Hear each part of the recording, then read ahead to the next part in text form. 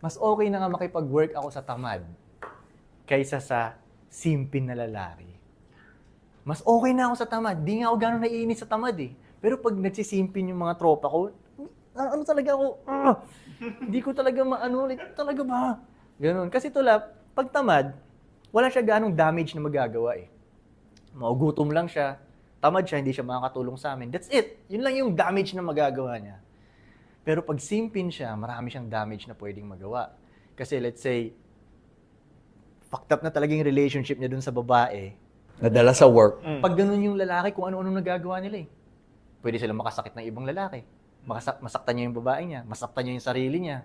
Like, ma-depress siya. Hindi siya makafocus sa work. Mga ganun-ganun.